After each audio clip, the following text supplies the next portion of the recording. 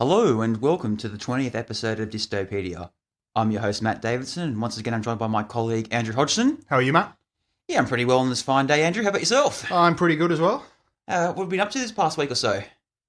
Not a lot, to be honest with you. Yeah? Just work. I've not really got much to report, to be honest with you. Just work, researching for this week's episode. Yeah. That's about it. What about you?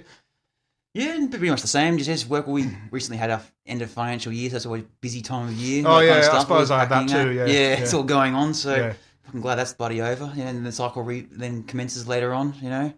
I actually read a book recently called Butcher's Crossing. So it's quite an interesting tale. It was it's about a guy it's set in like 1870 in America, and he's like from Boston. He wants to find the countryside because he doesn't like being a pencil pusher back in the east side of the country. And then he goes out looking for the wild adventures and the funness of the Wild West. And yeah, once he gets there, and then it's about hunting buffalo. So they go there and just like kill all this buffalo. They go through the whole trials and tribulations of that all. Then they get caught in the weather and all this big survival tale. But it's interesting showing how we always romanticize these certain periods of time and lifestyles and ways of life, and then when you get to the reality of it, it's actually completely different. So it's one of those kind of tales. Who wrote that? It was a guy called John Williams, not the composer from Star Wars. Yeah. But he wrote it in the 60s, and it was just little things like you talk about. He got on his horse the first day, and then he got chafings in his legs, and then he's his body was sore from the heavy lifting, and because no one ever thinks of those kind of things when they do stuff. It's always we'll be a cowboy and we'll round up the sheep and round. Yeah, it's easy. It's easy, yeah. Then we'll just ride them cowboy kind of shit. Then yeehaw. But it was also emphasizing too how I think I was reading too that. Because I went down the rabbit hole when it came to buffalo. There was something like 300,000 buffaloes in 1850, and by 1875, 1876, it was down to maybe 2,000, 3,000. That's how much got wiped out. Yeah, it was unbelievable. And then what they do, they'd kill them, and then they'd skin them for their hides, and then leave the rest to rot and waste, the carcasses, and then all the body parts. And yeah, it was really. It's kind of glad they made a big conservation effort to stop it. Yeah. And yeah, now the buffalo population's up to now 40,000 again. So they made a real effort to bring it back again. Yeah. What made you want to read that book? Well, it's funny. I was watching one of those. It came up on a YouTube recommendation about saying, if you liked Blood Meridian, you should check out Butcher's Crossing. It's a lot more depressing and dark and stuff. I'm like, oh, okay, that's interesting. We love a bit of depressing and dark on this podcast. Yeah, exactly. Yeah, it's definitely not on the same sadistic level as Blood Meridian, but it's more on the. Because when you're going through it, there's a stage in the book where he gets the main character, and they can't find water, and they're talking about the thirst, and the people are dying of all you can think about is thirstiness, and then when they finally get to the water, that salvation of that, and then there's at one point too, when they're hunting for the hides of the buffalo, they get snowed in, so they're trapped where they are. They have to set up. They have to literally sit in the winter for 6 months up in the Colorado Valley somewhere, and survive on just instinct and digging in and stuff, and you just think, imagine just sitting there for 6-7 months in that kind of conditions like that, and just all that kind of stuff. So it's the test of the human resolve, I guess. Yeah, especially from pencil pusher up fucking Boston way. So yeah, it was an interesting book. It's very well written, and I really enjoyed it. So yeah, definitely recommend anyone give it a go. Not dystopian though. No, definitely not dystopian. No, that's why. Yeah. I know it's hard to believe, but we do venture out of dystopia sometimes, don't we? Yeah, sometimes you have to. Yeah, I watched SWAT the other day. I hadn't seen that in years. I just needed a film that I just could switch on. I didn't have to think about. The cops were the good guys, and the bad guys were the bad guys. And I just accepted it. It was simple times. It was kind of nice, Yeah, and there's no third layer plots and no manipulation. It's bad guys, let's shoot them, yeah. It was great. Bit of bang bang pew pew as well. Just fantastic. Who's in that movie again? I was in it for a while. Colin Farrell, Samuel Jackson. Wow, yeah. Michelle Rodriguez. Jeremy Renner's in it. Oh, before he was big, right? Yeah. Well, this is 2003, so it was before even 28 weeks later. There you go. Yeah. Who else? Shit, that's all I can remember right now, but... You said Samuel Jackson, right? Because he was in everything back in those days, wasn't he? Yeah. Actually, we should put in that quote. We should put in that quote from Ted too. Yeah, exactly. Oh, I'm Samantha Jackson. Ted, how are you? Good to meet you. John. Nice to meet you. Wait. What's your middle name? Leslie? Oh my God!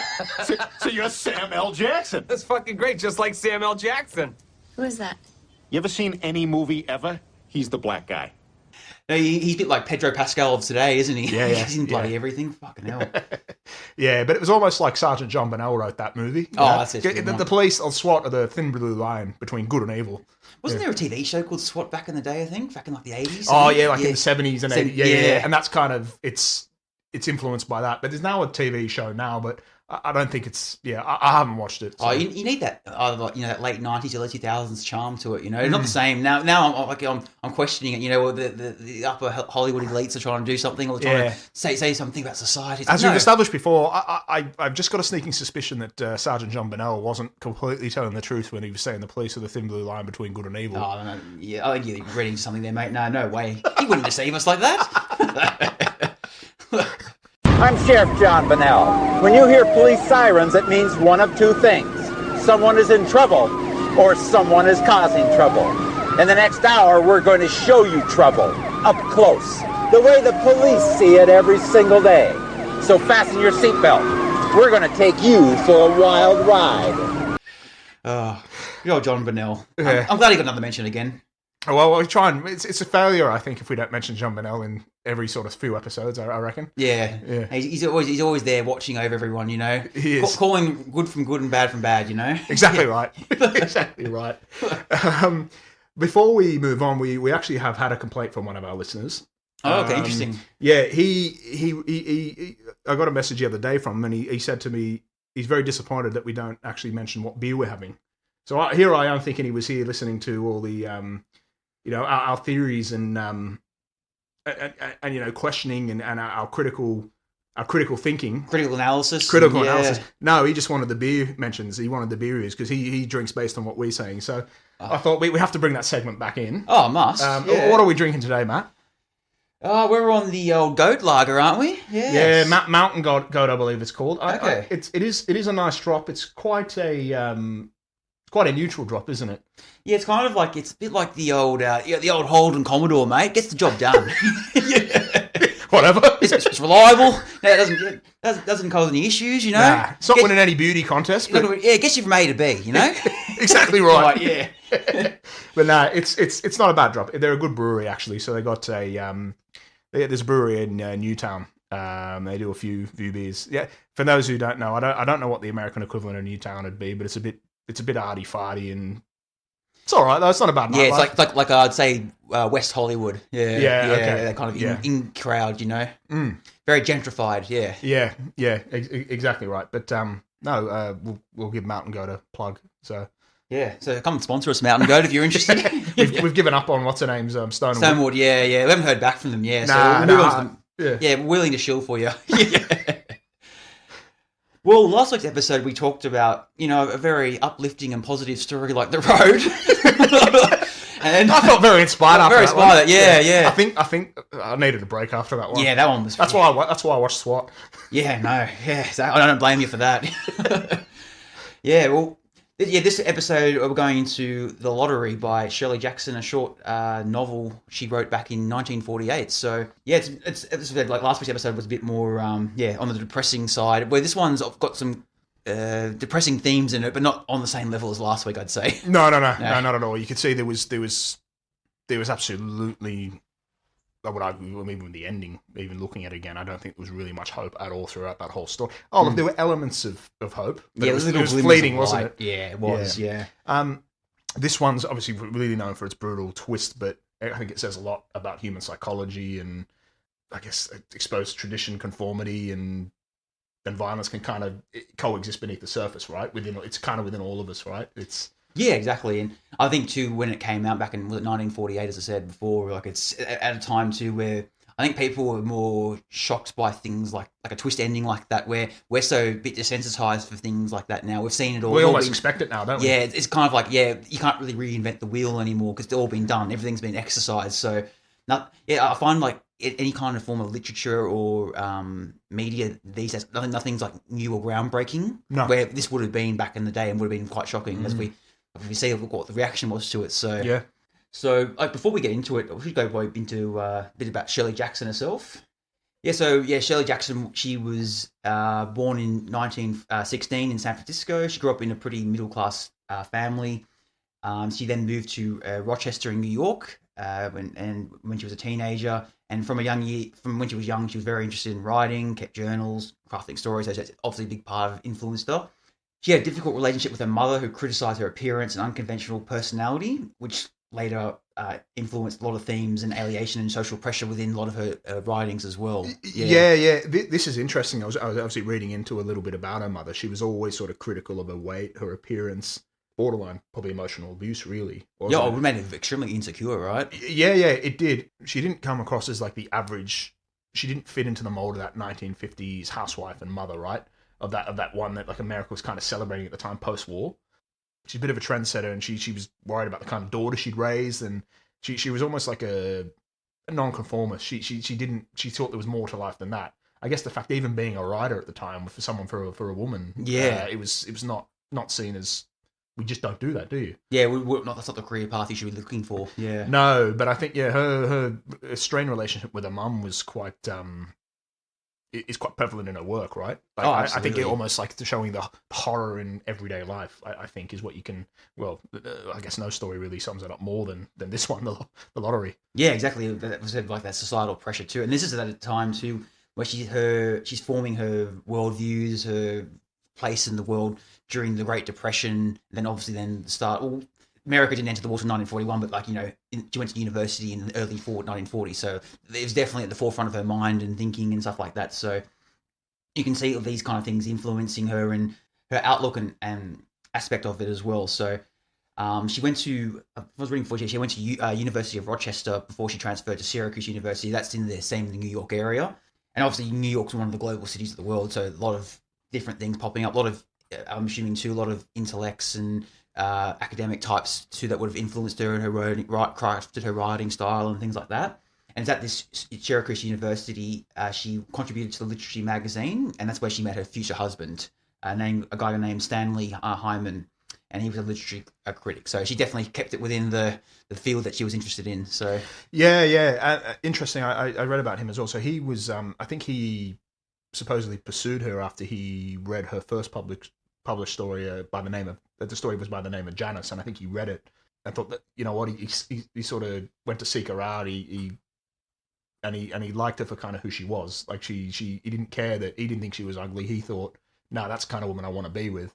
Like I think he sort of encouraged her writing. He valued her intellect. He wasn't put off by that at the time. You know, there's a lot of that. I guess if you're thinking of the women's movements at the time, a lot of it would almost like play dumb, be the housewife. Let the men do the talking here. There was a lot of that around the time. Oh yeah, absolutely. But where he loved her for that. But what he was unfaithful. That was his one downfall. Yeah, he was very unfaithful, and it's really weird. Like I was reading a bit, and he had many affairs, and he would tell her about the affairs and fully expected her to tolerate the affairs and listen to him about the affairs.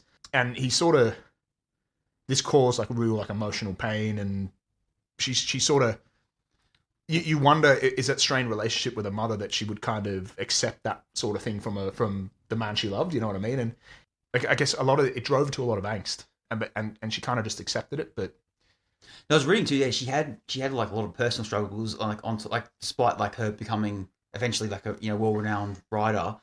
She had like crippling anxiety, agoraphobia, and she drank a lot, smoked, used a lot of prescription drugs as well. Like all these are playing on it. Then the husband's there, and I think it's him. I think it's him sort of. Well, it's the mother's influence. Yeah, it's mother's influence growing up. Then the husband on top of it as well. Yeah, and then it would have been confirming her biases of what her mum would say to her, like, "Oh, you're not good enough. You're ugly and you're fat, whatever it is," kind of thing. Yeah, and I think like him expecting her to fully accept these affairs.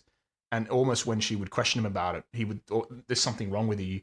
If you feel queasy or uneasy about it, then you're a fool, kind of thing. So like she's having these real irrational, very acceptable human response, and she's being told that she's wrong for it. You know what I mean? You could understand why it would drive her to that, you know? And it's funny, he's reading about what things she'd write about and what she was interested in. She was very much ahead of her time in a way. Like she was writing and thinking about things that, a lot of people in the 80s and 90s were talking and thinking about. So back then she would have been ostracized for thinking that way, and be interested in certain aspects of things. People would think that's blasphemous or occult-like in a way, right? Oh yeah, and particularly for a woman. I mean, you have to. I guess you have to look. Well, I mean, we'll get back on to Shirley Jackson, but I suppose thinking about the time, the role of, I guess, a woman at the time, if we look at some historical context, women during the Second World War. So women's came out of the household and kind of helped.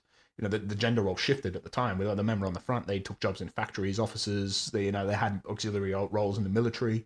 They experienced independence. They were getting wages. They were getting skills. They were getting empowered, and there was freedom and independence. What was that famous poster with the strong woman with an arm holding up the muscle, that kind of thing, around that time when they're was that Rosie the Riveter? Yeah, I think so. Yeah. When they're trying to really push women on the home front to help the manufacturing. And stuff, I guess they stepped up at a time when the country needed it, right? Because there was no one else, and the women needed to fill that role and show that they could do it. And then to go from that to, I guess, the post-war shift, when all the men coming back, they were sort of, women were sort of pressured to leave jobs. There was that cultural push to restore, traditional gender roles. So the woman said, all right, you've been out in the workforce now you can go back to being a wife or a mother or a homemaker or something. You know what I mean? A lot of women say, well, no, we've had to taste this. Well, why can't we do this? Yeah, well, I can provide for myself. Why do I need someone else, hidden to be the top breadwinner now? Yeah, and it's like, I guess, like, women's independence was almost suppressed, or it was like,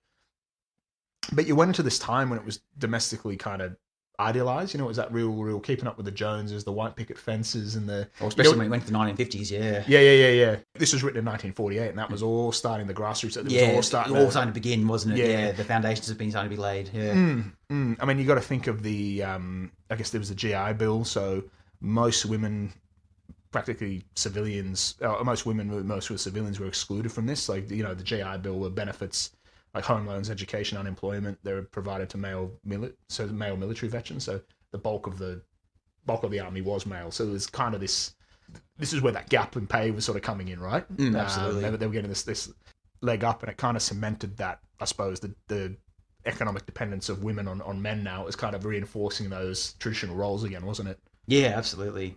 Sorry, back to her timeline as well. Like, so when she graduated from Syracuse University, she got married to Jackson, as I said before, and then she moved to North Bennington, Vermont, which is quite important for the lottery, because that's where she got a lot of the settings and influences for writing this novel. It's a short story. So when she went there, then she had 4 children there, and then she began to publish short stories in magazines like the New Yorker. I'm going to butcher this name, but Madame Merciless and Harper's. They're all pretty. At least the first 2 are very pretty well-established kind of magazine establishments out there. New York is still going on today, but hasn't probably got this prestige that it does now, like it did back then. But back then it was a big deal to write for the New Yorker. Yeah.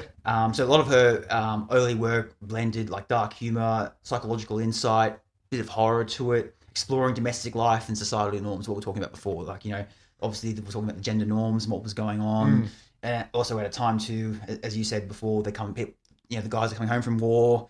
It's not all, people want their independence, but then they can't. And and then the women are getting pushed out of the factories again. Like, it's interesting time in American history. Well, it's all, and we'll stay on target, but it's interesting because it was going into that time. It was just starting to go into McCarthyism, wasn't it?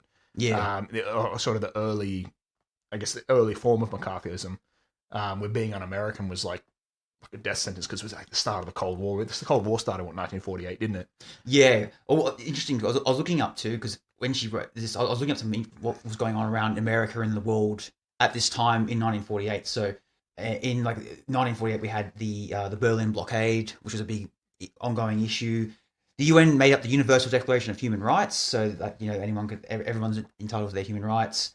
Gandhi was assassinated, so that would have been a big thing there. And especially at home back in America, they had the Truman Doctrine, which basically was announced a policy to prevent military and economic aid to nations resisting communism. Yeah, definitely at the forefront there. And that started with Greece and Turkey. Is that different than the Marshall Plan? That's different. Yeah, that's the Truman Doctrine. And then the Marshall Plan came in later in the year 1948, and that was when it was about giving aid to Western European countries. I think with the Truman Doctrine, that was more focused. It started with Greece and Turkey, and then so it was basically about trying to block the Eastern European influence, the Soviet Union's influence on Europe. It was domino theory, wasn't it? Yeah, exactly. They were worried about. I guess if they weren't in there to help aid them, then they would have gone in there. They would have been susceptible to, I suppose, communism, right? I guess that was the thinking, wasn't it? Yeah, absolutely. Yeah, that was where I guess that was the last when, because I think Truman still was kind of, even though he was a bit unpopular, he was still riding the wave of victory in World War II, and famously in the end of 1948 is when Truman won the unwinnable election, basically, where he held up the newspaper famously saying he lost the presidency when he actually beat Thomas E. Dewey. So definitely like he kind of rode the wave of his success in winning World War II, right, on the coattails of FDR. So also, one more fact as well, was the first time US television was starting to expand, right? So you're getting things like NBC, CBS, so mass media, mass global thing was all taking over then. So yeah, to sort of name a couple little things there that happened during the world in America at the time. Yeah. Well, it's interesting. I mean, there was a big push on from some of the things I was looking at and what I've seen in sort of documentaries on the Cold War and everything. There was a big push for, I guess it was where like the rise of conformity at the time, right? So if we look around the writing of this in 1948, obviously we know, spoiler alert, we know what happened at the end of the Second World War. It's out of this, World War II really, Roosevelt had taken the US out of the Great Depression. I mean, the war was really what got them out of it, wasn't it? Yeah. And they'd really emerged from this as a global superpower now. Oh, absolutely. Yeah, they were the big boss at the table now. They were. So there's industrial growth, there's suburban expansion. Where you got the baby boom. Yeah, we spoke about the Marshall Plan, so they're sort of rebuilding Europe on their terms as a pushback against sort of Soviet influence. But they really took the role as like a world leader and pretty much an enforcer of capitalism. The ironic thing is, like, I guess there was this rise of conformity it's a response to global threats, right? I guess they saw the chaos of the 30s and 40s and mid 40s with, I guess, fascism and communism. I guess they would see as the two extremes on either side, and they really promoted this idea of like a unified national identity to counter these regimes. I guess it was that great fear at home, wasn't it? Hence, I guess what came up later with McCarthyism, right? Yeah, exactly. Yeah. So like conformity at this time was really seen as patriotic. So if you were to question the system or even have any form of critical thinking, it was really seen as suspicious, wasn't it? And this is why, like, if you're looking in the eyes of sort of Cold War ideology, like any sort of dissent was kind of equal danger, right? So it's interesting. Like you mentioned, you mentioned Shirley Jackson there when we moving to North Bennington, when you mentioned that this is a massive influence on the lottery. So I think she'd moved there in, I think, was it 1945 with her husband? But she really felt, from what I gather, like listening to her or reading some interviews with her, she felt isolated and judged as she was an outsider from California. So she's a woman writer, so it was already against the grain. And she was someone who's seen to have like unconventional behavior. We already mentioned she dressed differently. She didn't really care about her hair. She didn't do all the things that women were supposed to do at the time. And the atmosphere of the town inspired that sort of conformist, quietly brutal village that we see in the lottery, right? Yeah, exactly. I think it was more her husband wanted to move there as opposed to her. I think he got a job at a university there or yeah, something. It's that kind of thing. And you can imagine too. Imagine growing up in California, then moving to New York, then going in the hustle bustle of the university, then you go into some quiet small town in the middle of nowhere, basically. And I know it's still like in the New England territory, up in the northeast of the United States, but still, it would have been very isolating. And then, as you said, it's like these old style communities where it's very tradition based and extremely religious too. I mean, we know America's still pretty religious now, but back then it was a lot more at the forefront of the mind than it is now. So like you can imagine like she would have been like a duck out of water. Yeah, and you can really see the inspiration for this in the story. Like just her talking about like she just felt judged by everyone, and she was and she just never quite fit in. She had trouble fitting in the city, so God help her in the country, It's funny too, because apparently there was rumors going around in the town that she was a witch or something because she had an interest in the occult, so they viewed her that she could have been that kind of way inclined. But people believe that stuff back then, but like just because someone's got an interest in something doesn't mean they are that thing. So but that's the interesting thing of this of the conformity at the time, right? Like it's you think of it through Cold War ideology. It's absurd when you look back, but it's like the irony of like with the US trying to counter these sort of supposed these supposed conflicting views. yeah, these conflicting views or these supposed extreme ideologies, they became almost a totalitarian state to like conformity and like capitalism. It's so like they in themselves became almost as bad in trying to counter it. It's No, very interesting times. Yeah, definitely. No, it's like it's very like kind of like it's sad in a way that she's kind of a lot more appreciated post her death than when she was alive. I think she probably felt that she's a bit of not I wouldn't say she felt like she's a failure, but kind of like she never doesn't feel like she got the recognition that she deserved. And now like we're talking about this story, almost 80 years removed from when it was written, and it's still relevant. It influenced the South Park episode, for fuck's sake. Oh yeah, here we go. Looks like next harvest will be even better. Kratos!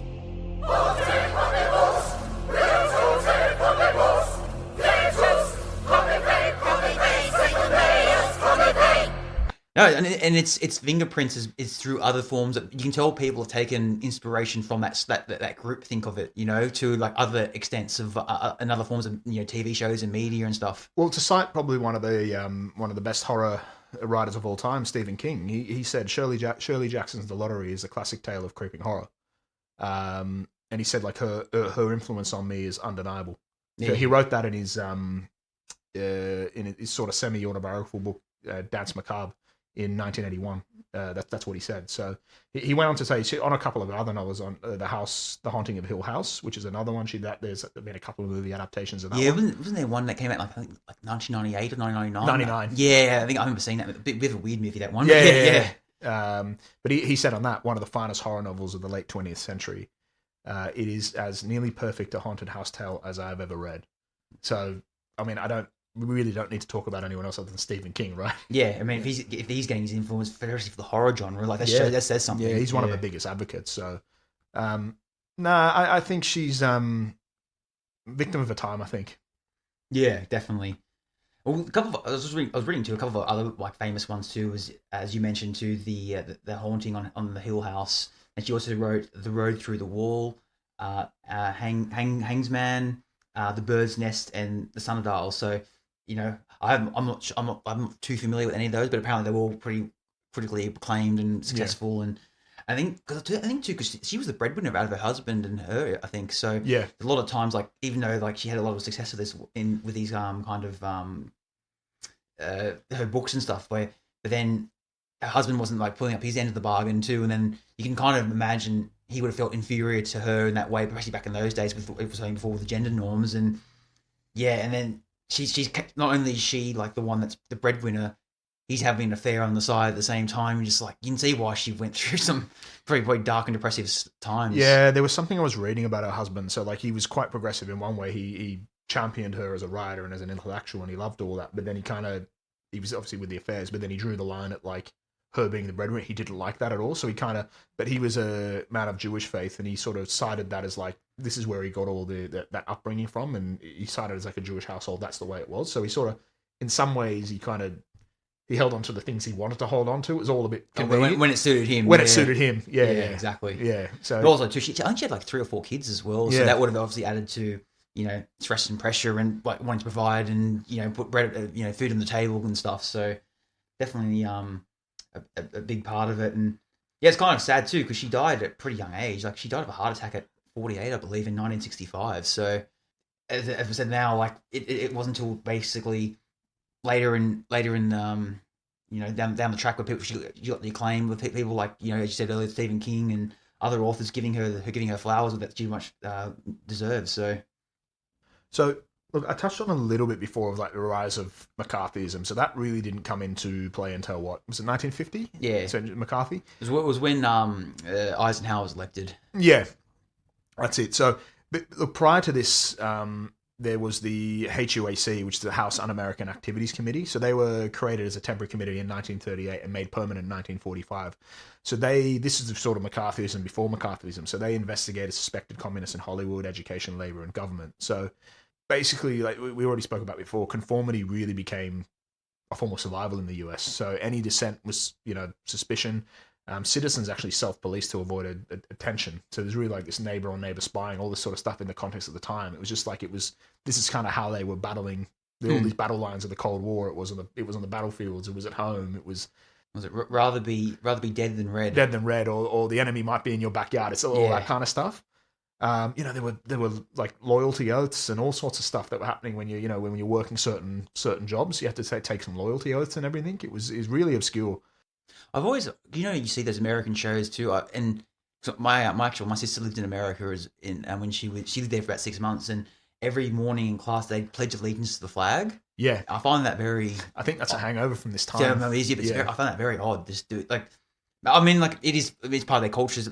Like I've got nothing against it, but I just find it strange. Like the thought of pledging my allegiance to the flag every day at school just seems a bit. I know. I guess in Australia we're more casual things like that. So yeah, and I guess it's easy. We look at America, firstly from the outside looking in, and we see all these things and see that overly patriotic and it's so celebrated in the country. And the more and more we do this podcast and you start researching, you start to understand that this is all kind of built into the culture from this time. Yeah.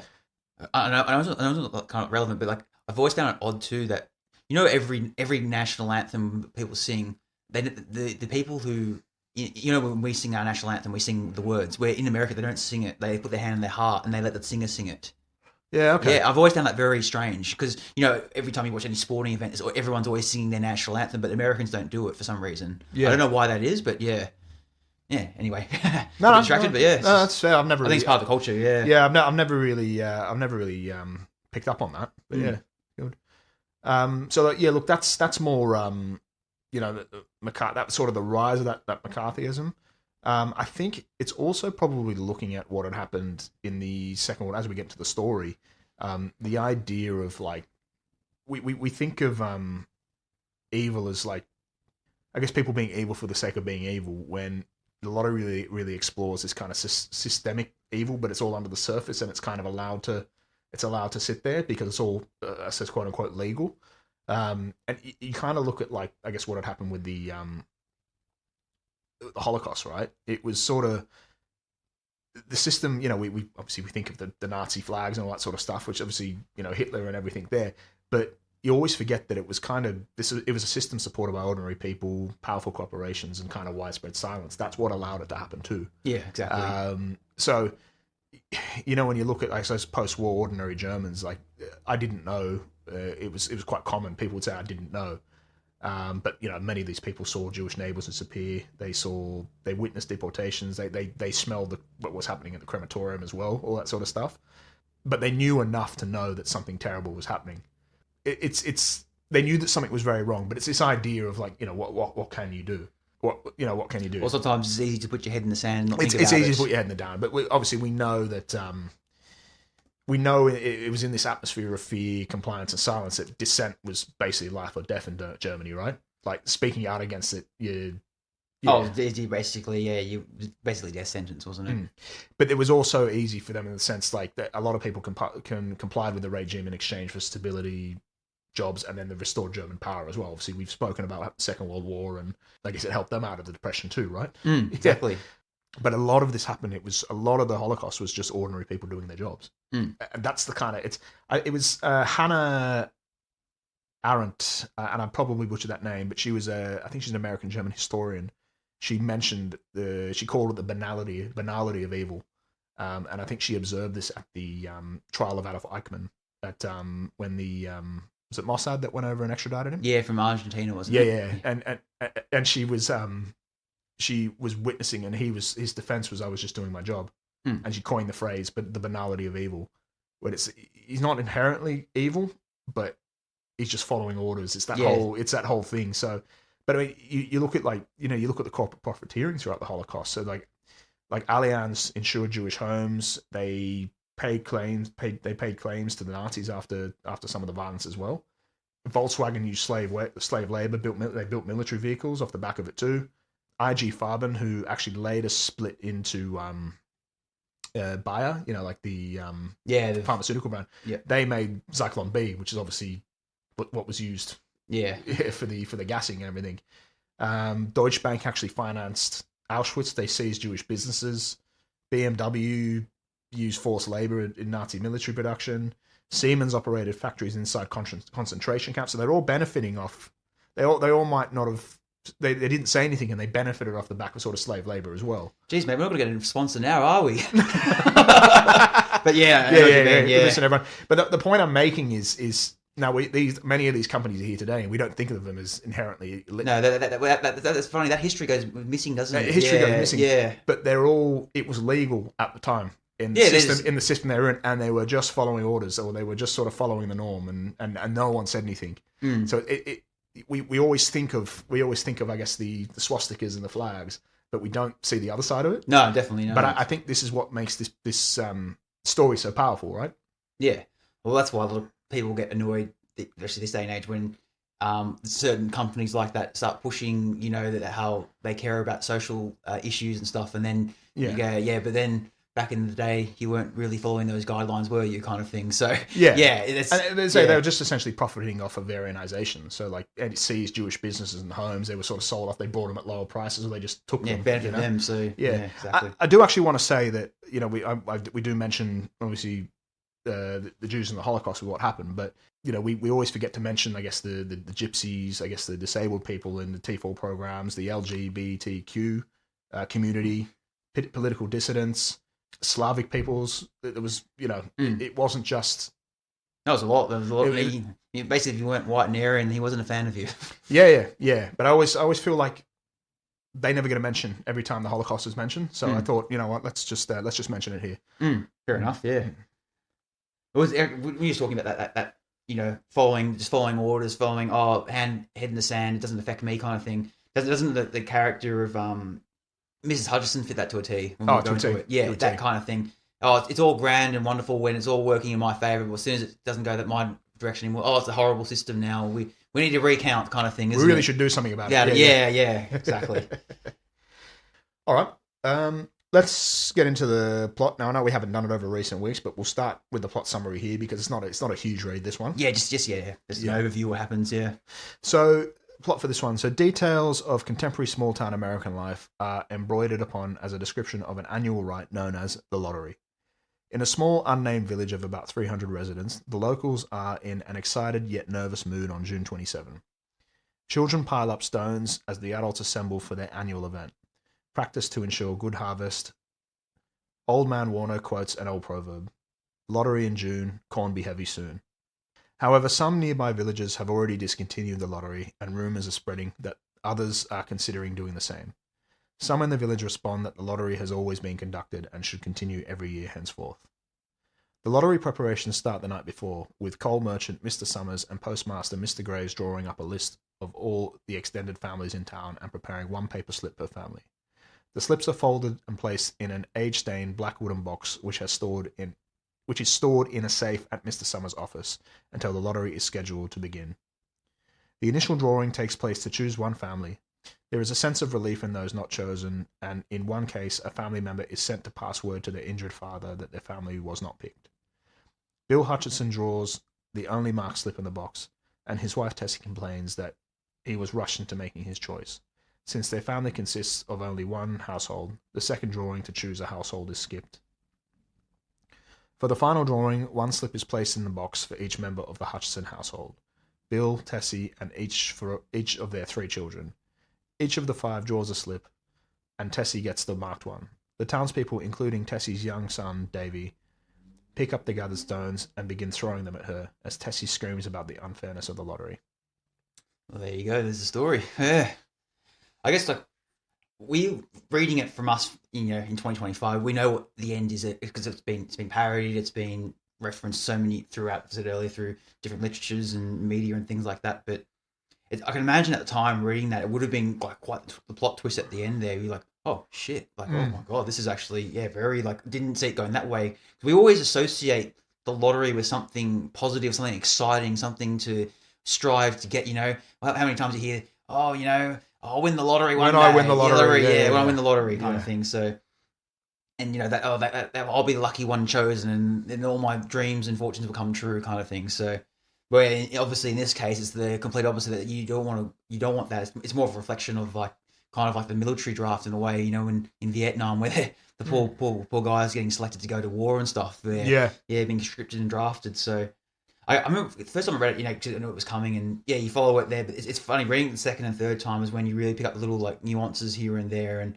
I guess reading It's deceptively simple the first time you read it, isn't it? yeah, you're just thinking, oh yeah, it's a basic story, blah blah blah. But then it's the little things like the the corn references and this and that, and then people. Yeah, I didn't pick up on the first time I read it, but the kids are stockpiling the stones, just things, little details like how everyone's so indoctrinated in this tradition. I think the most morbid thing about it when I read it the second and third time was realizing. I mean, I read it the first time, but reflecting on it was more about. Oh, like at one stage, it could have like one of the sacrifices could have been like a 3-year-old kid, or a 4-year-old or something. Yeah. And can you imagine like a little kid running, like little kids, everyone's circling around this little kid and just like stoning them. Like it's so like grim and morbid in that way. Yeah. That's I really talk like how in these traditions and in these kind of rituals, like anything goes and there's no morality to it at all.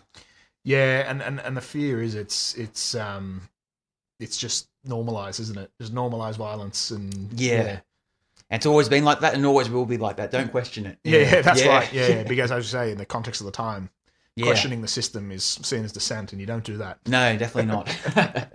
As we spoke about, we'll go in sort of almost scene by scene on this one. But in the first act, it opens up really on a bright, sunny day in a rural village, doesn't it? In a small rural village, and everything's right. I think she opens up. It was clear and sunny with the fresh warmth of a full summer day. The flowers were blossoming profusely, and the grass was richly green. So it really paints that idyllic, picturesque kind of white picket small fence little town, and everyone's neighbourly, and oh hello, how are you, Mr. Blah blah blah, that kind of stuff. Yeah. And because it goes into like the school semester's over now. All the kids are playing in the area, and as you're saying, very idyllic, very. Oh, there's hope around the corner. We're all going for a brighter tomorrow. We all get along and stuff, and. Yeah, and I think it's early on too. She like really emphasizes that it's a small like village, like very tight community. Everyone knows each other. Everyone knows each other's business. Everyone, I'm not saying everyone gets along, but they all live. There's understanding. Understanding, exactly. Yeah, but yeah, and then we start to get little things here like dripped in about the kids are starting to grab the stones together. Yeah, why are they piling stones? Yeah, they're just mischief kids having a bit of fun. It's playing outdoors and stuff and. It's interesting too because at this point too she starts naming off some of the names. So like Bobby Martin, Harry Jones, and Dickie Delroy. But then she makes a distinctive point to make sure you know how to pronounce it correctly, like Delacroix. But the visitors, I think it's supposedly Delacroix, but they call them Delacroix or something, don't they? Like and I guess is she making a point? See, I picked up on that too. But apparently it's because we're talking about religious references, like a lot of it. Yeah, so I've read that. Yeah, apparently it's kind of a reference to because the name Delacroix, because it's spelled like Delacroix. Yeah, and it's French because it's French for the word cross. So it's kind of like implying Jesus' cross in the crucifixion and things like that. So, and ironically enough too is that the one that's called Delacroix is the one that's most keen to stone Tessie at the end as well. So it's kind of playing on that. Yeah, pretty clever. Yeah, so she's very like the contrast between like religious symbols and then the actual goings of what's going on there. Yeah, she's definitely like taking little critiques here.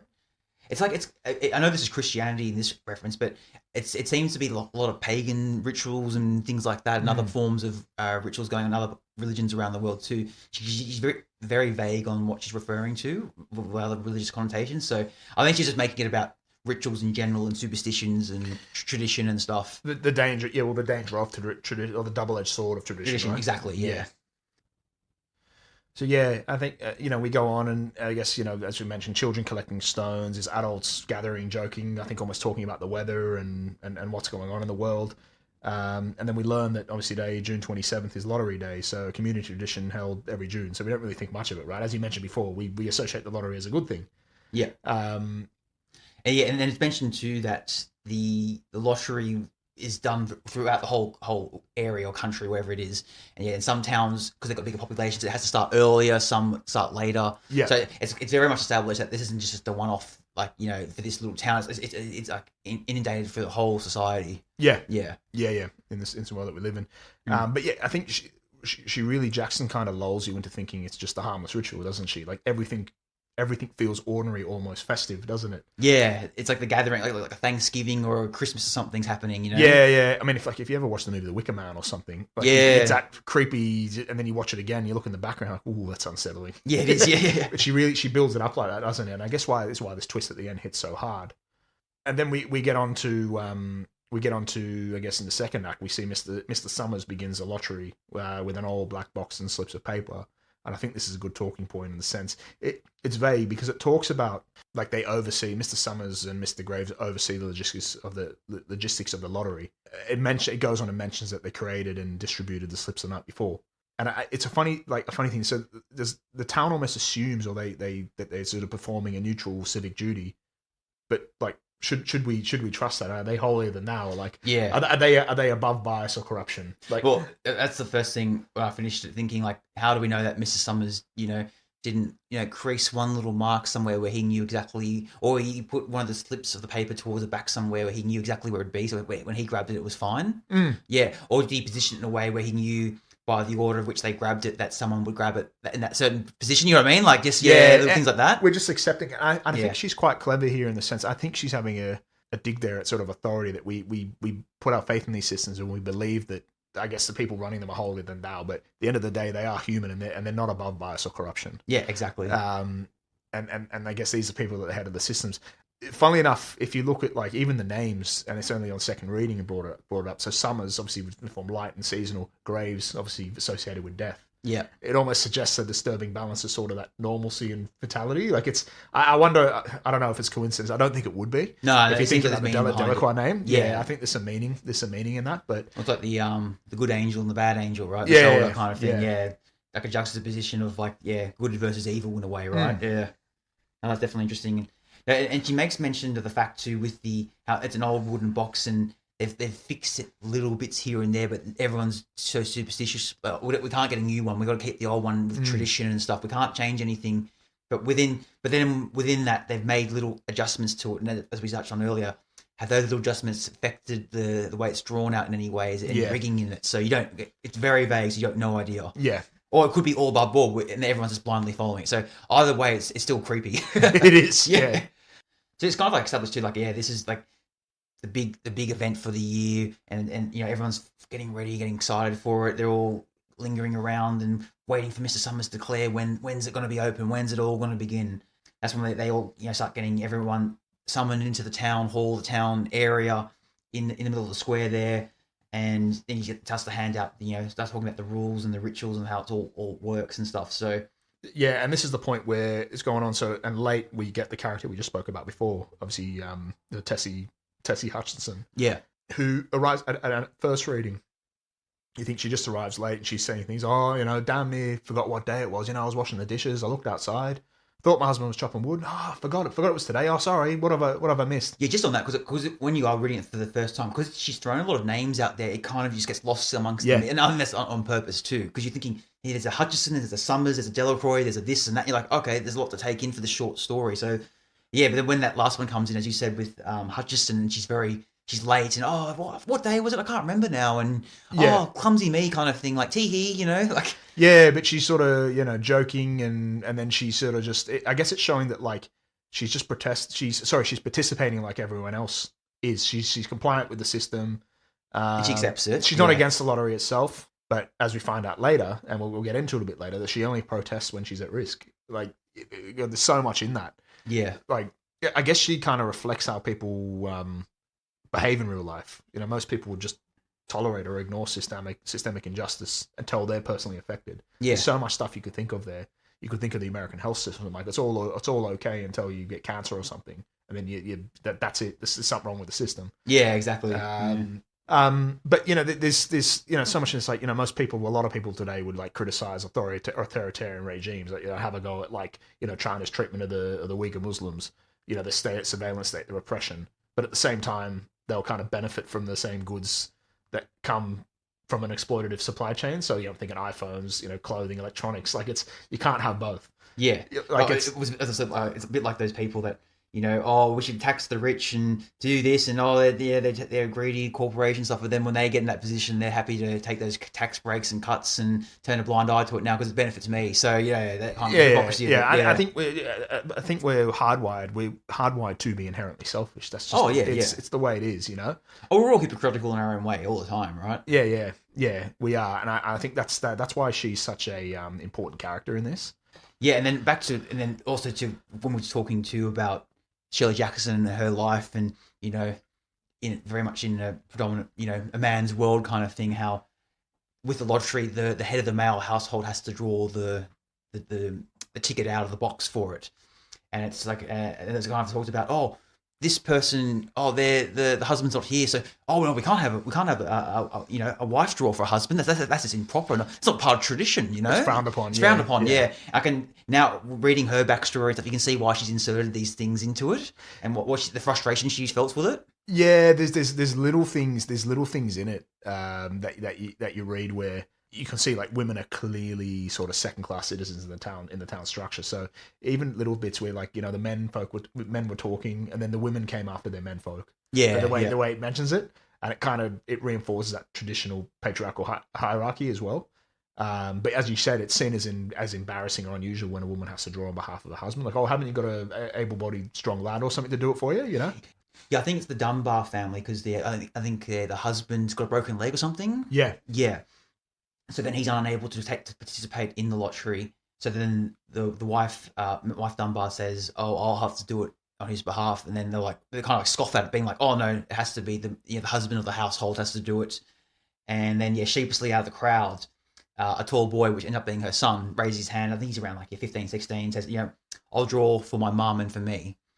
And it clicks, and then the quote here is basically, his eyes nervously ducked in his head as his several voices in the crowd said things, good fellow, lack, and glad to see your mother's got a man to do it. Yeah. Yeah, so it's kind of that implying that, that, women can't do these things, we need a man to fix, don't let her, the man can fix all the things for her, kind of thing. So they're definitely her making a statement there, isn't it? Oh, definitely. She's voicing a frustration of how stupid the whole thing is. Yeah, and I think there's even little bits in here when they're talking about there was certain rituals they used to perform. I think they used to sing some sort of song, or there was a certain box, or the actual person running the lottery used to walk among the people. But all these traditions now have sort of fallen by the wayside. Funny how those traditions fell, but not the other one. Yeah, yeah, and I think it kind of I guess it's all linked to that. They talk about what's the famous what's the old rhyme that old man Warner says, like lottery in June, corn be heavy soon. Yeah. It kind of reminds you like the Aztecs, I guess, when on their feast days they slaughter 20,000 people or something to keep the world going. It's sacrifice the sun gods, wasn't it? Yeah, something like that, to keep the life as they knew it going. So this is the way. I guess it's this agricultural superstition, but I guess the town maintains this ritual even though they've sort of forgotten its original purpose almost. Like a lot of things that originally came with it, they don't do anymore. But I guess that there's that blind obedience to outdated systems. I'm trying to think it like we do. Like we don't really question why we do it. We just sort of do it. And I guess there might be a sinister motive there. There's that danger in doing that, but it's so much human psychology, Well, it's not kind of similar, but it's kind of similar, but it's not the same vein. But I remember a couple of years ago, I just had a thought like, what actually happens when I throw my rubbish into the bin and then the truck comes along and takes it? What actually happens to it afterwards when it goes to the dump and then goes to here? How does that process all happen? Because I've always just assumed, I don't think about it. The rubbish just goes in the bin and that's it. But I remember thinking, what actually really happens when it goes from point A to point B and then comparts and then goes down, and what happens when it gets contaminated in this way? Like you don't think of those things. You just go through the mode. You've always accepted that's the way it is, and don't think about it. It's a very good show that Dr. Carl did on the ABC. Explored that very thing. Yeah. It's more interesting than you might think. Also, too, you put in the stuff in the recycling bin. Is it really being recycled? I don't know. I assume it is. Yeah. Or is it ending up back in our food? Yeah, like Soylent Green. I know it is like that. Yeah. Questioning shit, so yeah. Well, Soylent Green's people, but yeah. Yeah, exactly. Spoiler alert. Yeah. They're making our food out of people. Next thing, they'll be breeding us like cattle for food. You gotta tell them. You gotta tell them. Promise, Tiger, I promise. I'll tell the exchange. You tell everybody. Listen to me, Hatcher. You gotta tell them. Silent breed is people! But yeah, it is one of those things, like, it's always been like this, so why would I... There's no reason to question it, and it's worked, so why keep going, you know? Yeah, what do you get for questioning it? You know? Exactly, yeah. And it's so hard to do that. It's so hard to speak out about it. Yeah, and because it's like, well, we've always had a good harvest, and this has always happened by doing this. So, then if we don't do it, then we're all gonna starve and die. And, there's a risk. Yeah, there's a massive risk to it. So So why would you? Why would you meddle with it? I guess it's being it's human. I guess it is human psychology, isn't it? It is. Yeah, we're saying a lot of evil tradition and obedience and authority and following the thing. There's a famous study down in 1961 called the Milgram Obedience Study. So the whole point of the study was to investigate how far people would go in obeying an authority figure, even if it meant harming another person. So how it started was that participants were told they were part of a study on learning and memory. They were assigned the role of either a teacher or a learner. And then there was an actor that was placed in the room. Teachers were instructed to administer electric shocks to the learner for every wrong answer, increasing the voltage each time from 15 to 450 volts per thing. So the person that was learning would pretend to feel pain, eventually screaming and then going to silence. But the key thing about this was that, so the person that was pretending to be tortured on the other end was in another room, but then the person would be asking the questions, and if they got the wrong answer, that's when they'd say, okay, you can give them a shock and go along with it. And what they found too was that 65% of participants administered the full 450 volt shock. Many participants were visibly stressed but continued to be prompted by the experimenter. So what they would do with things, say the person was starting to feel uncomfortable, the person would try and reassure them. He goes, no, you're doing the right thing. This is the good thing to do. You're actually helping us progress. This is very important research. And with that influence, people would then continue doing the shock. Yeah. Even though no one was being shocked, but they thought they were. But then they put them in another room where they couldn't see it. So I push a button. I'm not thinking about it. What's the spheres of...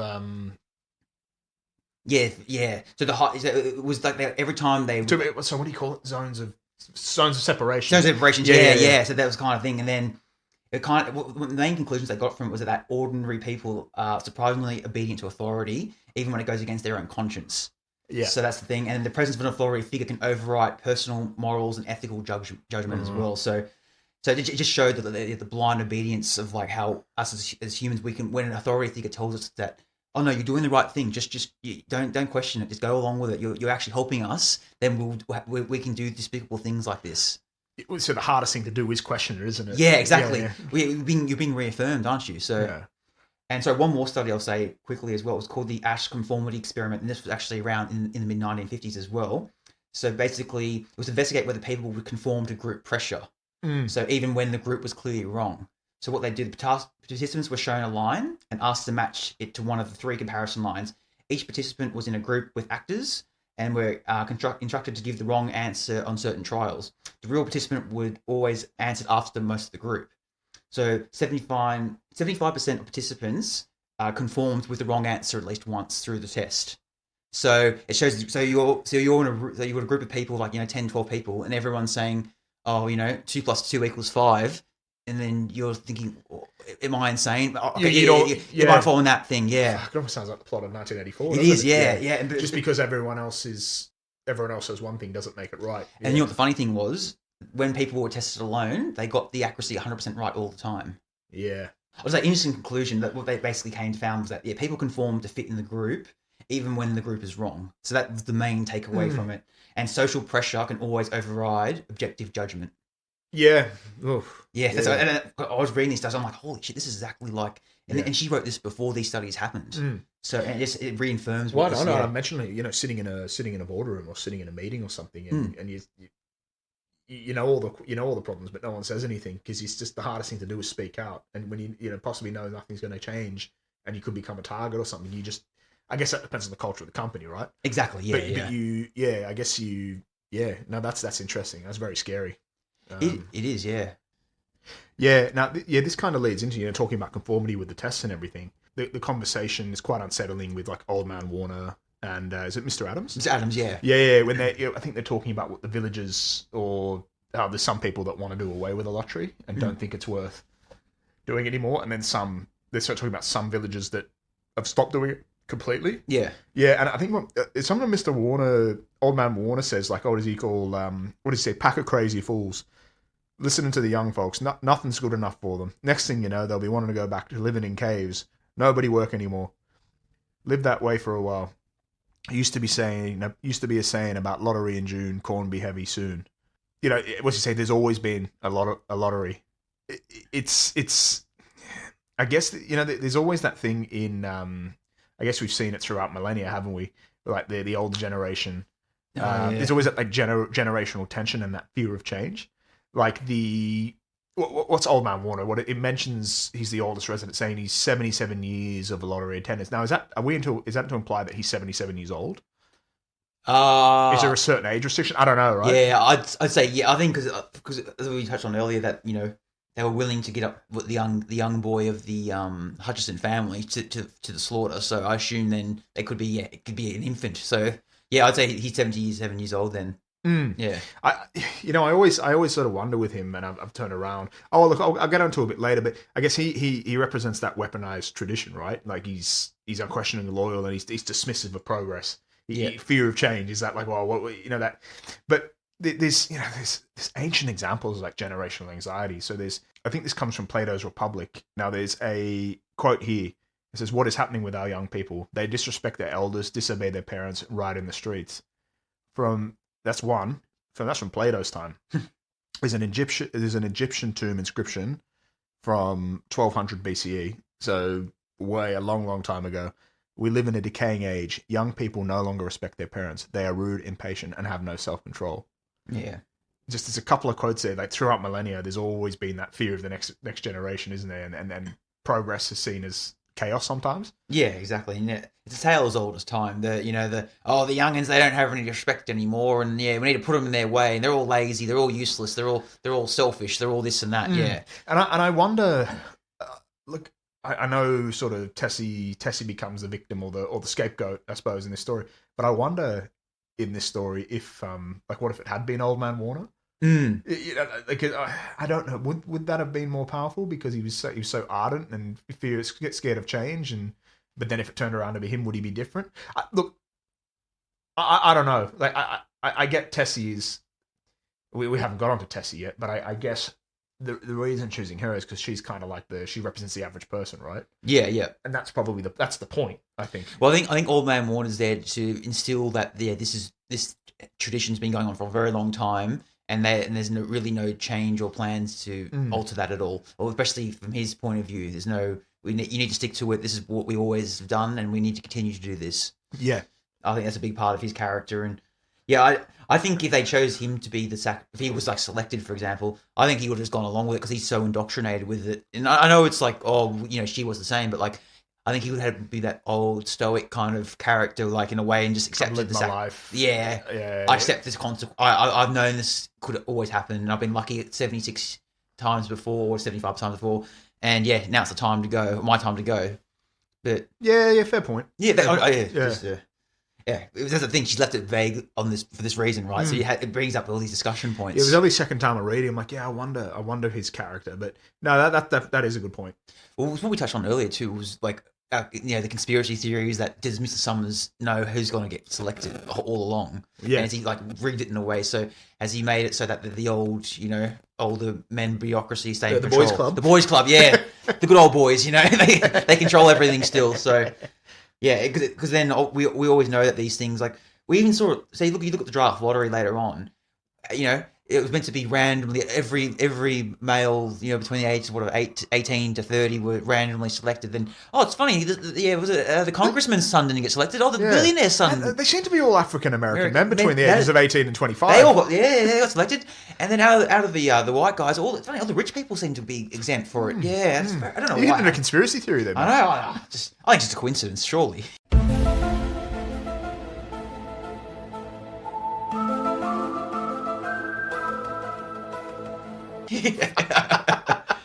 But it's on that whole thing where it plays into that yeah, it's like, oh, it doesn't to be this fair, random system out of just pot luck. And it's like, no, it's you know, there's ulterior motive to it as well. Who's at the head of these systems? It's Yeah, human beings, and we're prone to corruption and bias, right? Yeah, and no matter how many system, how sophisticated it is, there's always going to be some flaw in it, right?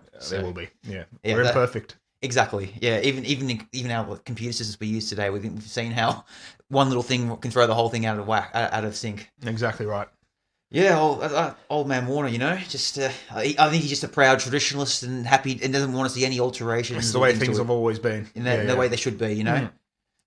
So this is we're at the point now. So we've already touched on Tessie Hutchinson, but she's now selected, or the Hutchinson household is selected. So Bill pulls up the slip. Bill Hutchinson pulls up the slip that says Hutchinson. Now Tessie, who was that ordinary villager who arrived late, and she was joking what day it was, and just participates like everyone else. Now that her family's selected, suddenly the system isn't fair. Yeah, this whole thing's an abomination. It's against the way the world should be, kind of thing, isn't it? Yeah. And there's so many historical parallels. Oh, it's insane. Like she's not against the lottery itself, but only protests when she's at risk. So I guess we've already touched on it, but how often do people just tolerate unfair systems as long as they're not the ones suffering?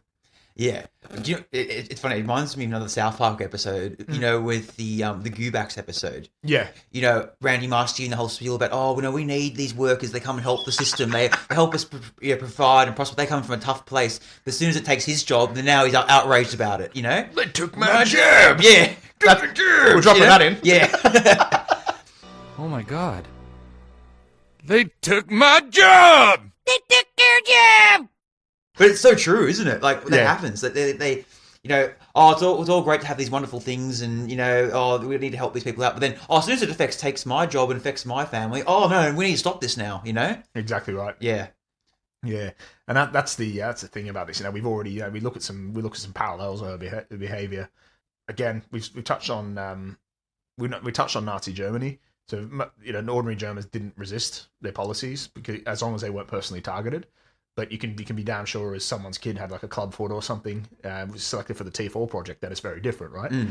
I guess this historical. Sorry, just on that, didn't the show The Man in the High Castle show that brilliantly? It did. Yeah, that regard. Yeah, how they're all for that T4 project, but then when it affected their son, we'll turn Upper Group and Fuhrer, Smith's son. Yeah, as soon as it affected him, okay, we'll turn a blind eye to that. And the doctor's wrong. He read the test wrong. Yeah. Yeah, that's right. Yeah, that's exactly right. Yeah. I guess in the Second World War, the Japanese-American internment camps, most Americans didn't protest the internment of Japanese Americans unless they or their loved ones were affected. They found out the draft in the Second World War, this is probably directly linked to this. Yeah. Families would accept conscription and tell their own families were drafted, really. So there's a problem with it. As long as it was all right and just going off to war and fight for your country until your son was selected, you know? Mm. Again, look, it's a little bit later, but with McCarthyism, most people tolerated persecution of others as long as they weren't accused, so they were okay with it. They didn't stand up against the system because I suppose their fear of being seen as commies or dissenters. Mm. But they only protested once they were accused, Like, they're all happy to sit there and see their peers go, but wouldn't stand up and defend them. Yeah, we've already touched on, there's you go back even further in history, back to the Salem witch trials, right? Exactly, Same thing, yeah. So anyone that was doing something against what they thought was the norm or any fear raised about it, she's a witch, throw it, burn her alive, or burn her at the stake, Yeah. It's part of that, that culture and that kind of atmosphere, isn't it? Yeah, it is. And I think, Tessie's character is probably really the heart of the story, isn't it? Mm. Look, naturally, because it's the twist, but it's the one that's all been, she just represents the average person. It's, I don't know. Are we wrong? Is it just human nature? Yeah. And is that really the scary thing of how we'll just blindly follow? You've already touched on the test and everything you mentioned. Yeah, exactly. And then we'll participate no matter, because it's the group think, it's the tradition, it's what's always been done. So, and as you just said before, it's all right when it's someone else, but when it's me or affects me directly, then now I've got an issue with it. Mm. Yeah, and I guess it kind of shows too how we can all conform to, acts of violence and acts of like disgrace in a way with, when everyone's buying into it and we just go along with it. Yeah, well, the hardest thing to do is speak out of it, and we see when she's protesting, say, this isn't fair, and you make him. Everyone saw that. Make him do it again. He didn't get enough time to pick it, and nobody's sort of everyone's just looking at her, nobody's saying anything, you know? Yeah, exactly. Yeah. No, and I think because before she gets selected herself, because they go through the phase where because they pick out the family first, and then it's the Hutchison family. Then it's debated because the Hutchisons have daughters as well, I think. Oh no, sorry, it was Mr. Hutchison's sisters were married off to other men, I think. They draw from then they draw from that family, and then she was trying to protest that kind of thing as well. Kind of like, oh, do they count? Like, no, it's your direct family. So even at the end there, she's still trying to put, when people get like at that stage, they're getting interrogated or they're being tortured. They'll say anything or do anything. Like they'll throw anyone under the bus to avoid that kind of outcome. You know, it's funny reading it and just what you said now. It kind of reminds me of what happened Winston Smith in 1984. Yeah, you know, when they make him turn on Julia. Yeah, and he breaks, and he just breaks at the end, and they've because they knew he'd break at the end, but it's only when his deepest fear comes out. Yeah, that he could do it to her. I don't care what you do, but please don't open the cage. Like it's morbid, and it shows the human condition when we're put under those stresses and those circumstances. Yeah, we're inherently selfish. And it's not it's survival mechanism. It's survival, and it's hardwired into us. Yeah, and I guess we have.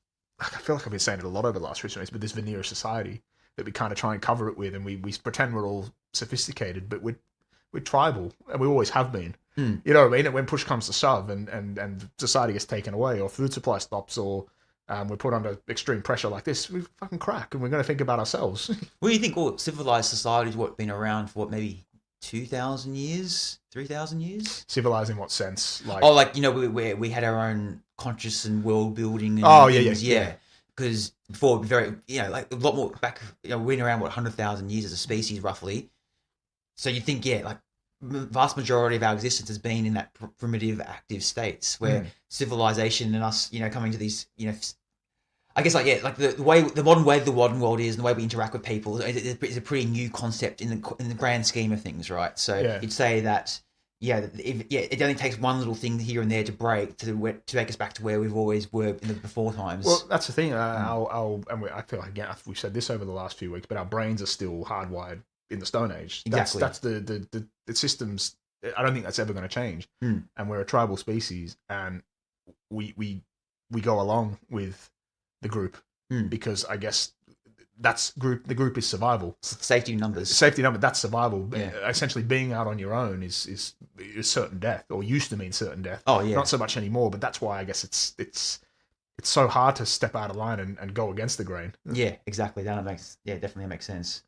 So as I was saying before with the papers, then now we know the Hutchison got it. The other women, they're not counted because they've been married off, and then it's like the next round. So it's like I think it was Mr. and Mrs. Hutchison and their 3 kids. Yeah, and and this is where the story kind of says, little someone was like holding the paper for little was it little Davy or little Harry? Oh, little Davies. Yeah, sorry, little Davies won. So.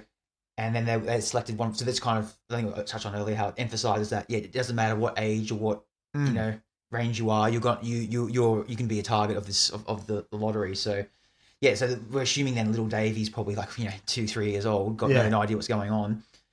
And then one by one they take it out, and then they realize that Mrs. Hutchison's been the one that's been and I think from the kids are they turn it and it's blank and they're laughing as if it's not us. Yeah, and then it's everyone for themselves now. Yeah, and then also too the school friends are relieved that their friend's going to survive as well. So thank God. Yeah, was it Bill Jr., Nancy and stuff? They're good. We don't have to worry about them. They're going to be around. And and also too with the crowd, there's a big relief that the little Davy didn't get selected too. Good. We don't have to do that. And then then it's revealed that because when Bill unfolds his one, he has a blank mark on his page, and then Tessie's got the black mark on the page, which would signify that's her. Yeah, that's when they're kind of then it's decided, and Mr. Summers all right, everybody, let's make it quick. Let's get it done. Finish quickly. It's cold and bureaucratic, and he's kind of let's get it done. It's getting a bit dark soon, I want to get the roast going before we get home for a nice cup of tea. Yeah. And it's because then it goes through. Then it goes.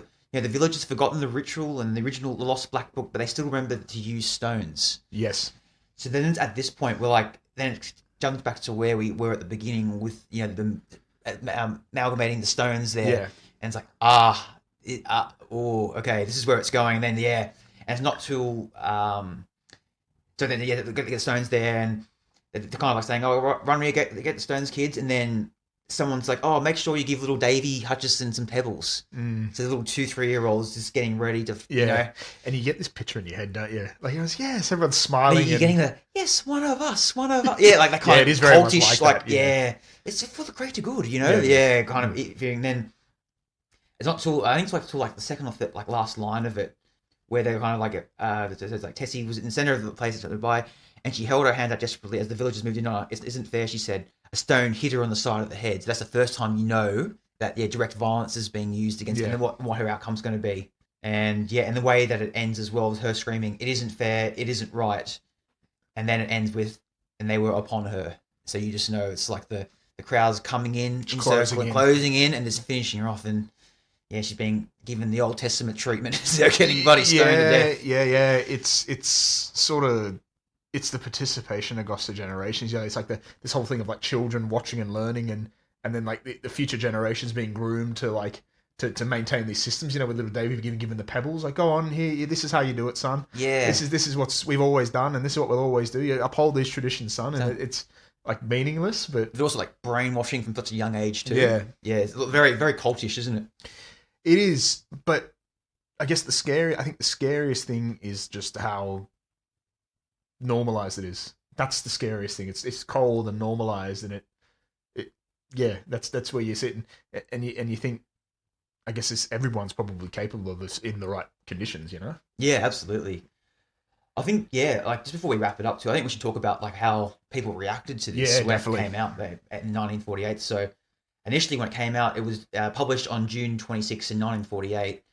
And it was a big like eye opener, a big like attention grabber. So like the news or the New Yorker sold a lot of copies because people wanted to read it, and many subscribers say that they were like horrified by the ritualistic stoning in the like seemingly idyllic small town. So the thought of like any little town in America could go enact such a barbaric like death ritual in a way. So that really shocked people, and I think we touched on earlier how. We're a bit like desensitized and detached. We're used to like hearing stories like this, like through any kind of fiction or any kind of media like that. So for them, it would have been a massive jolt to the system in a way. Like the way it ended too, with you don't really see it coming by the way they're writing it and the way she words it. So no. So a lot of readers expressed confusion, disgust, and anger, with like some cancelling their subscriptions, believing the story was too gruesome and morally disturbing. I think actually a lot of them it was pointless, or it was getting accused of being like un-American at this time as well. We talked about the start of the episode about that. I guess the pressure for conformity and showing that you're American or you're patriotic and all that. And this was seen as like the opposite of that. Yeah. I can also imagine too, like people. I imagine some people would have trouble like trying to think outside the box as well. So it apparently generated a lot of confusion and like curiosity in a way, like where people are like, well, I don't understand. Like, what was the point of this? What are you trying to say in this thing? Like, people are not thinking of it logically, or like what message she was trying to make out of it. They couldn't see the commentary at all. So yeah, and as I said, a lot more sheltered back in those days too. But that would show a populace that was lacked any sort of critical thought. But that's also not having to dig at anyone. I think at the media at the time and the suppression and the way that access information and everything like today. And very much, as I said, we keep saying in terms of like the Cold War and pre-McCarthyism and everything of stepping out, it would have been to write something like this. Like, I don't know about you, but it's like, when you're sometimes like I talk to my parents about certain things, and I'm like, how come you don't know this? Or why don't you know that? And I think, back then they didn't have all the access that I've got now to go Google something or so you think back in the context of that time as well. Like it just would have been something, not really conceived of before. Like, it was easier to sort of keep a populace, I guess, docile and just keep them fed and sell them the American dream, and everything's okay. Like it was a lot easier to do that, wasn't it, at the time? Oh yeah, absolutely. Which makes me want to take my hat off to Shirley Jackson more. For like, what a woman to actually step out of the comfort zone or go against the grain and essentially hold a mirror up to society. Really. Yeah, absolutely. I guess that's becoming a little bit of a cliche on this podcast, but it really was. Well, that's why we go into it. Yeah, it really was at the time. You got to Yeah, like, well, despite like the outrage and the like confusion around it, like a lot, but the actual like critics and people who understood what she was trying to say really praised it. So they gave it, called it a masterpiece. I praised like the concise, suspenseful build up and the powerful commentary on the social norms of the time. And the story became like a staple in American literature, often to discuss themes like groupthink, scapegoating, and the dangers of unquestioned traditions. So definitely. We saw that too. Around that time too, we've been as we touched on earlier, the post-World War II anxieties and stuff. So, definitely played a role into it. And it's funny, her reaction. She was kind of a bit amused and surprised by the whole thing, like how intense it was, because she didn't think it was that big of a deal kind of thing. She was just more her. It was more about her going through an experiment about tradition and. I guess really writing on her experiences and. Sorry, where was she? Bennington. Yeah, Bennington. Not Bennington. In Vermont. Yeah. Yeah. I think she actually got a lot of local backlash as well, where she lived. That she would have too, because she's already a bit ostracized within the community. That wouldn't have helped a lot, would it? Yeah, a lot of them took it quite personally, But I think there was a quote at the end of it. She responded to it. So she said, "I suppose I hoped that the story would shock people, perhaps even horrify them, but I had no idea the response would be so overwhelming." Yeah, so. That's what you touched on there, like, as I said, like mixed response from like the actual readers, but then like people in the academic and literature gave her a lot of praise and recognition for what, as we said earlier, like touching on social commentary and themes of conformity, violence, and blind tradition. Now the short novel is one of those stories that it's taught all through like schools and universities in America up until this today. So it's had a very lasting impact and an important bit of fiction writing about how groupthink and conformity, blind traditions, things that we've all touched on in this episode. So I can see why it's still relevant today, and it's kind of a bit of a timeless tale now. Yeah, it is, and there's a lot of things, and I didn't think we'd be going into it this much. Almost an hour and a half in. Yeah. For what is it, 6 or 7 pages? No, it's very, very simple on first read, deceptively simple, but I think that's the point. I'll just say there, on like first reading it. It's like you can get caught up in just how the easy nature of it initially, but then the more you read and the more subtlety behind it, you really see the commentary behind it and the what she was trying to talk about the society at the time and the cultural norms. Like very, very clever, very as you said earlier, touching a bit of American society in a way. And I can see why a lot of people would have got lost on them. It's not like other short stories we've done in the past on this podcast where like I Have No Mouth in My Screen, where it's very dark, depressing, and morbid, and you see like it, and that's what grips you initially, right? When you're reading it, where this one was like a more subtle one, and then the more you read it, the more you pick up on it, the more you like appreciate it. Yeah, it's almost a little too close to home, isn't it? Yeah, and it feels like something we're all capable of. But I guess I liken it to when you watch one of those like great films, like the one that comes to mind sort of straight away for me is the 70s remake of Invasion of the Body Snatchers. Have you seen that? No, I haven't seen it, no. Well, great film, and on first watch, it's very intriguing, and then you watch it again and look in the background, and it's fucking like it's kind of like that in word form. Yeah. When if it was put into a film where you just be looking at everything in the background, and it's all very ominous, and how did I not see that the first time? Yeah. And it really like. It gets better every time you read it or watch it in that movie's the example of that movie, Yeah, I guess too. It kind of feels like it's we're not far away from something like that happening as well. It could just, even though like it's a work of fiction, but you feel that something like that could exist somewhere. Like like it could be. Given the right conditions. Of course it could. Yeah. And they say there's historical examples of people just doing evil things every day because I guess it's part of law or it's tradition, Yeah, and you don't question it. It's I mean, you can look at it in a form of way, I guess, like in America and other parts of the world as well. But the death penalty is still part of. They're, like in Australia, we outlawed the death penalty back in the 60s. I think Britain did the same too. But and I guess the death penalty is a bit different kind of circumstance because someone's guilty of something, but it's still you're still killing someone at the end of the day. It's still normalized violence in a sense. Yeah. And I guess you have this thing in America, I guess, where the family and lawyer and stuff go and watch it as well. Yeah. It's I've always been a bit uncomfortable with that. Like I'm of the belief, I don't believe in it. I don't believe in capital punishment. I'm against it as well. Two wrongs don't make a right, and I don't think we can start being in a position where. Like, what sort of message does that send? And the fear I always have of that as well. What if you put the wrong person to death by mistake? Yeah. And it has happened. I've seen through history, it has happened. So No, I find it odd too, which is where you can.